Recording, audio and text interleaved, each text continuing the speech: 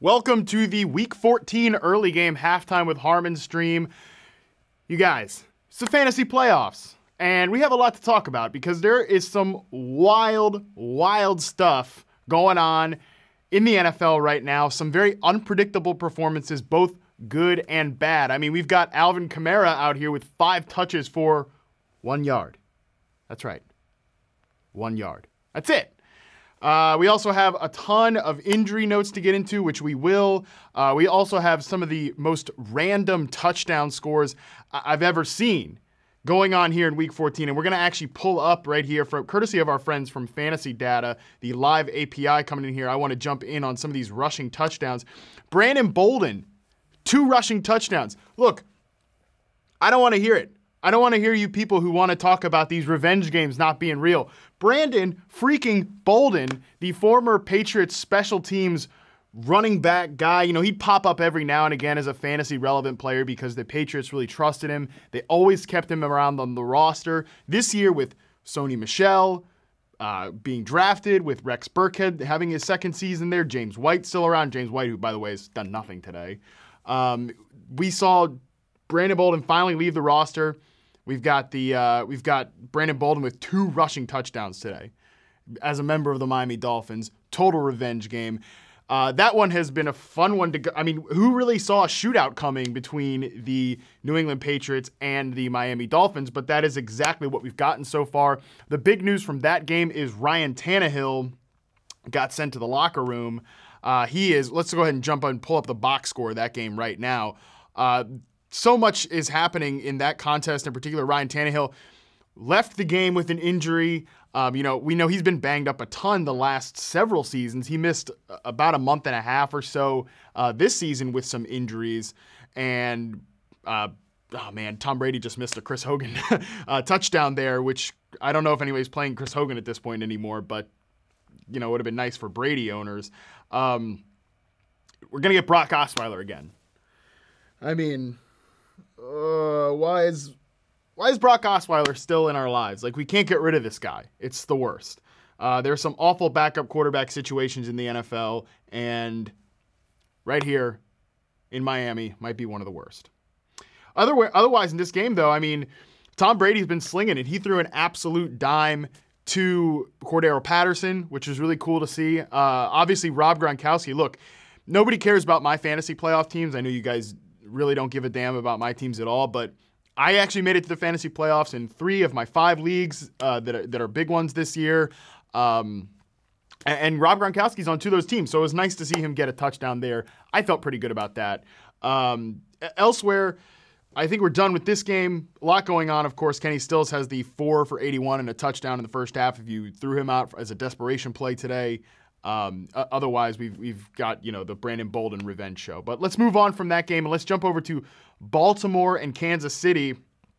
Lamar Jackson just 36 yards passing, but 40 yards on the ground if you did have to start him in fantasy football. I think you feel okay about that going into the second half. This is a pretty competitive, close game. It hasn't turned into a big, high-flying shootout. The Chiefs aren't that far ahead, 17-10. The Chiefs are over the Ravens at home. And the big storyline from Kansas City, Mahomes has put up pretty good numbers. He has a 98 passer rating right now, 212 yards and a touchdown through the air.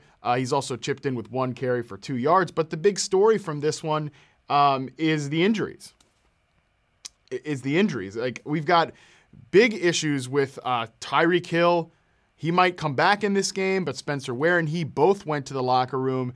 I mean, it's really been a mess here for the Kansas City Chiefs in terms of their offensive players. Damian Williams got the early rushing touchdown, 2 carries, 5 yards, and that score there. It's pretty brutal. It's pretty brutal to be a Spencer Ware owner in this game. You got to hate seeing the fact that he's going to potentially miss the rest of this game. We will wait for updates as they come. If you guys have any updates and you're seeing them on Twitter or on your news alerts, anything like that, feel free to jump in the chat and we will talk about it and you can add your feedback there. I think this is going to be a good game, though, coming back in the second half here for the Kansas City Chiefs. You're looking at guys like Chris Conley now. Travis Kelce's having a monster game here. 6 catches for 71 yards and a touchdown. The Ravens, if they have one weakness on defense, it is the tight end position where some of their middle of the field coverage is a little bit lacking. Somebody asked about the shirt. Let's talk about the shirt. Matt Franciscovich, my former coworker and good friend, pretty good friend, from the NFL Network. He now works for EA Sports, and Ware made a nice shirt of him here. I've actually heard this particular shirt is banned at some networks across the country, but that's a story for another time. But anyways, you can get it at Ware. Just search for the Franciscovich shirt. It's modeled after the Ryan Fitzpatrick press conference where he went full Fitzmagic mode. A lot of fun there. So definitely check out Ware for the shirt. And in terms of where I got this flannel, it's from Costco. So that's a different story. Somebody's asking about Isaiah Crowell. What the hell are you doing playing Isaiah Crowell here in Week 14? I would hope nobody did that. Well, we're getting a lot of questions about the Saints, so let's jump over to that game right now. New Orleans Saints, Tampa Bay Buccaneers. Yo, you guys remember when the Saints had a good offense? I sure do. Pretty much before Thanksgiving, they were doing great. I guess they had a little too much turkey. They fed those 4 touchdowns to all those random guys on their team, Keith Kirkwood, Austin Carr, whatever, Tommy Lee Lewis, something like that? I don't know. All these random guys scoring touchdowns for the Saints on Thanksgiving against the Falcons. Ever since then, they've been in the tank. What's going on? It's rough. Look, do we have to give a little bit of respect to the Buccaneers defense? I think that's worth asking at this point. The Bucs played really well against Cam Newton and the Carolina Panthers last week. 4 interceptions of Cam Newton. They had him under pressure all day. That was shocking to see that. I certainly did not expect them to come back out here in Week 14 and have a great game, against the Saints. It's wild, but the Saints have 3 first-half points. Just brutal. I mean, you look at their rushing lines, they're not getting anything going on the ground. Alvin Kamara has 4 carries for -2 yards. Mark Ingram has 3 carries for 2. Pretty brutal. We are getting some people in the chat asking about the Facebook stream. If you're having issues on the Facebook stream, go over to Twitter, go over to Twitch. You can find the show Halftime with Harmon there. You can also find it on YouTube. There's plenty of places to find the show. So if you're having issues on Facebook, jump over to some of the other streams. Facebook, come on. Give me a break. The leading rusher for the Saints, as I mentioned, is Zach Line with 1 carry for 4 yards. So that is pretty brutal. I hope the Saints pick it up in the second half.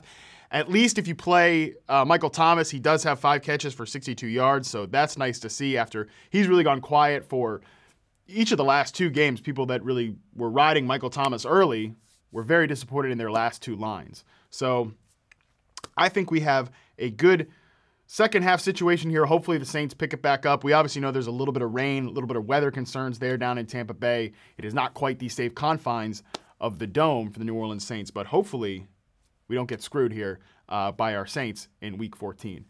Interesting question from Scott, who asks, tough playoff matchup today, Justin Jackson or Jeff Wilson Jr.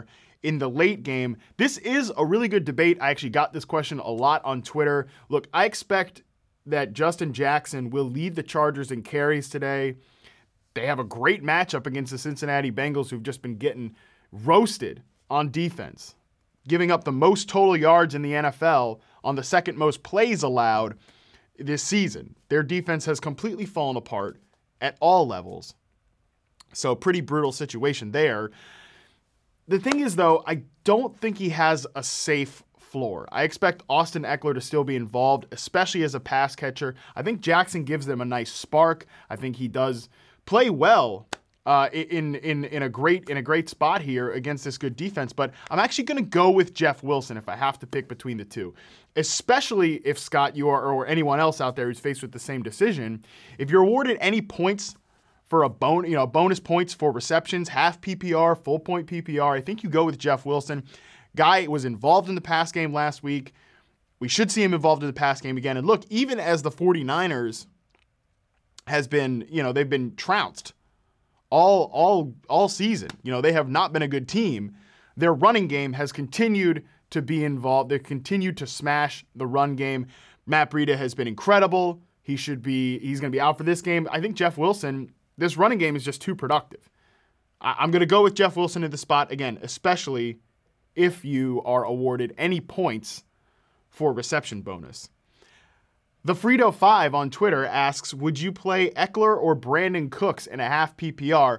I'm definitely going to play Brandon Cooks in that spot. Look, Eckler, he's fine. Again, he should be involved as a pass catcher.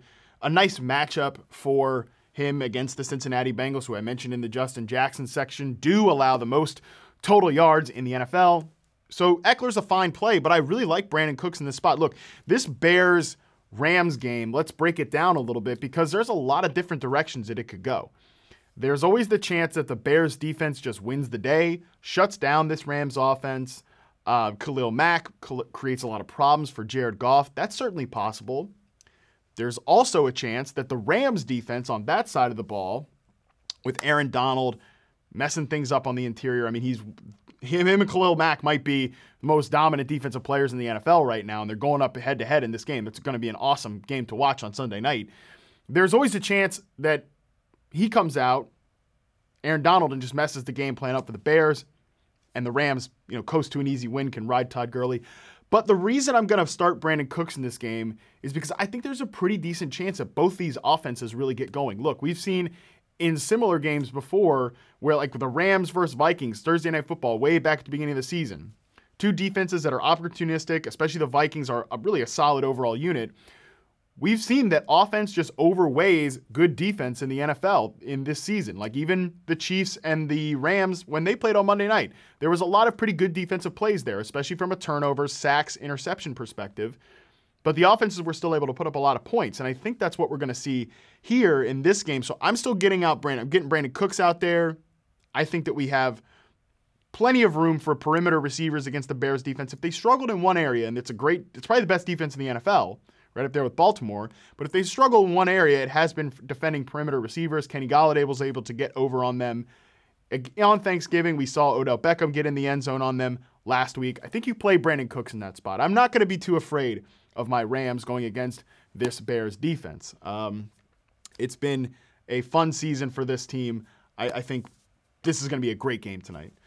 Redbirds from Twitch asked Jared Goff or Dak Prescott. I got this question earlier today, and even though I do think that this could be a potential shootout in Chicago against the Rams and the Bears, I'm going to go with Dak Prescott. I feel really safe about him. He's completing 72.8% of his passes since Amari Cooper joined the team. Unbelievable what a good wide receiver, a good passing game asset, can do for a team. It's certainly been great to see him play much better. Michael Gallup is even rounding into form now that he's the clear number 2 receiver. It's a great matchup against an Eagles secondary that's down a ton of players, and Dak always gives you a nice bonus with his rushing ability. It's a tough call. I like both players this week, but I think given the matchup, I'm going to side with Dak Prescott on that one. Elsewhere, we've got people asking about Aaron Jones. I mean, guys, I don't even know what to tell you at this point. Like, the Packers are winning 20-7. They're really handling the Falcons, who, I mean, one of the most disappointing teams in the NFL. They've actually run the ball okay today. That's nice to see, but I don't think that we're going to see this game turn into some massive shootout. The Packers are definitely controlling the action, and unfortunately that has not been with Aaron Jones. Packers' leading rusher today is Aaron Rodgers, 3 for 44. Jamal Williams was out there. Jamal Williams just took the first 2 possessions. Aaron Jones didn't see a snap. I played as many snaps on the Packers' first 2 possessions as Aaron Jones, and in case you missed it, I'm here, not there. I'm not playing football today. So, I don't know what to tell you with the Aaron Jones thing, man. It doesn't make any sense, but the Packers are winning, so they're probably not going to question their process because that's what these dumb coaches in the NFL do, and I don't think Joe Philbin is exactly the biggest brainiac out there. So if you played Aaron Jones today, you're probably banged in a big spot, but it's unfortunate. It's unfortunate. We got the standard league question with Eckler or Jackson, and that's probably going to be the last thing we have time to hit on today. So if you didn't get your question answered, you can always tweet me at @MattHarmon_BYB. We can go back and forth a little bit about some of your late game decisions. Use the hashtag halftime with Harmon, but Eckler or Justin Jackson, I think with this being a standard league, you got to go with Jackson because, again, I don't think he has a good pass game floor. I think Eckler has a good pass game floor, but Justin Jackson should lead the team in carries, probably has the better touchdown odds. Again, mentioned the matchup many times on the show. He's got good odds for a touchdown. I think you can go with him there. And just on one last note, Cortland Sutton or Jalen Samuels, I think you got to play Jalen Samuels, especially because you're getting a PPR bonus there. More. I think you roll him out there. Think about it too much, and then they can't just. I'm not going to talk about the tight end designation thing, but he's got really good pass catching. He's got a really good pass catching floor. He was a guy who played a little bit of tight end, a little bit of wide receiver, a little bit of slot receiver, H-back, and running back in college. I think he should be a good pass catcher, and I think you get him in your lineup over Cortland Sutton, even though I like Cortland Sutton to have a pretty good game today, be a nice little ceiling play. So if you play Cortland Sutton, I think you can like that there. But that's all the time we have for Halftime with Harmon. We had a great show today, a lot of questions. Sorry if your Facebook feed wasn't working all that well. If you have any questions that you didn't get answered, remember you can tweet me at MattHarmon_BYB or at Yahoo Fantasy. Use the hashtag Halftime with Harmon so I know you're one of our loyal watchers, loyal listeners, loyal viewers. We love you guys. And for everyone, I'm Harmon, and we're out.